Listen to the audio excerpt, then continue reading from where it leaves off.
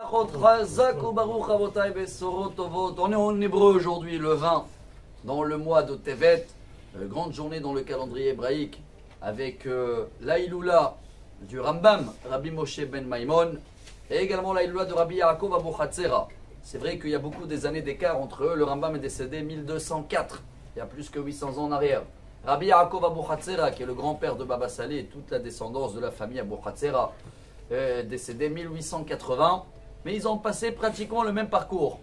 Le Rambam, ça a démarré en Espagne, et vous savez que c'est de là où on s'appelle tous les juifs séfarades, Sfaradi. Pourquoi on porte le nom Sfaradi? Parce que Rabbeinu Moshe, comme ça on l'appelle le Maïmonide en français, le Rambam Rabbeinu Moshe, a commencé en Espagne. De là-bas il est parti au Maroc, et après Maroc, il a terminé sa vie en Égypte.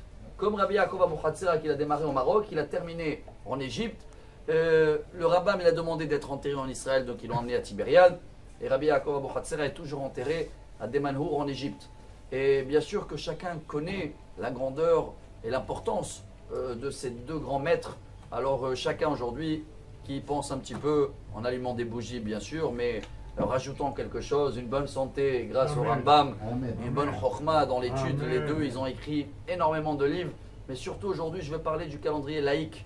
Et je vais vous souhaiter à tous une très bonne année. Merci. Alors, quand vous allez me dire comment, quoi, c'est ça le titre du cours, une bonne année ou une année bonne. Hein. Rav Ovadia Yosef, il a dit, vous avez vu la différence entre Moshe Rabbeinu et Rabbeinu Moshe. Il y a une phrase qu'elle dit, Mi Moshe ad Moshe lokam ke Moshe. Ça veut dire entre Moshe Rabbeinu et Rabbeinu Moshe, qui est le Rambam, on n'a pas connu des grandes aigles. Alors il a dit, Rav Ovadia Yosef, très beau, il dit, Moshe, on l'a connu Moshe avant de recevoir la Torah. Après, il est devenu Rabbeinu. Mais le Maïmonide, on l'a connu parce qu'il était d'abord Rabbeinu, et après, on a connu la grandeur de Moshe. Alors, nous, on va essayer de tirer un très beau message, Rabotai, pour cette nouvelle année. Et on ne va pas dire une bonne année, on va dire une année bonne. Ça veut dire, on ne sait pas comment elle va se développer, mais on sait qu'elle va terminer bonne, malgré qu'elle a terminé, elle a commencé un petit peu compliquée.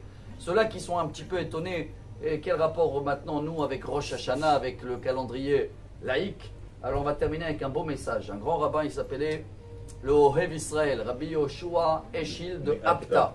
C'est un rabbin chassidique qui a vécu presque dans la même période de Rabbi Yaakov Abu Hatzera. Il est décédé dans l'année 1825. Il est enterré à Mejibouj, en Ukraine, la ville où il n'y a rien qui bouge. Et lui là-bas, il souhaitait à tout le monde, cette année et dans la nouvelle année, à tout le monde, à tous les juifs, il les disait Shana Tova, Shana Tova. Il les a dit, vous savez qu'il y a un Teilim, le 87, c'est marqué Adonai Ispor Bichtov Amim. Quand Dieu il voit comment le Rosh Hashanah chez les autres, aujourd'hui il compare le Rosh Hashanah à nous. Vous vous rappelez de notre Rosh Hashanah? Dieu aujourd'hui le voit dans le film, comment on était tous habillés en blanc, assis à table, avec les grenades et la date et le miel. Et comment certains ils terminent au lit parce qu'ils ont bu, Alors là Dieu il voit qu'on fait notre rôle du premier-né. Et il est fier de nous. Alors il continue, il dit quelque chose encore de plus fort. Hein. Même s'il y a des décrets qu'on n'a pas pu les annuler à Rosh Hashanah, à nous, aujourd'hui avec la comparaison que Dieu y fait en haut, selon ce Teilim, on annule le décret, on peut demander, souhaiter une bonne année. Alors, ou une année bonne, ou une bonne année, mais quoi qu'il arrive, une excellente journée.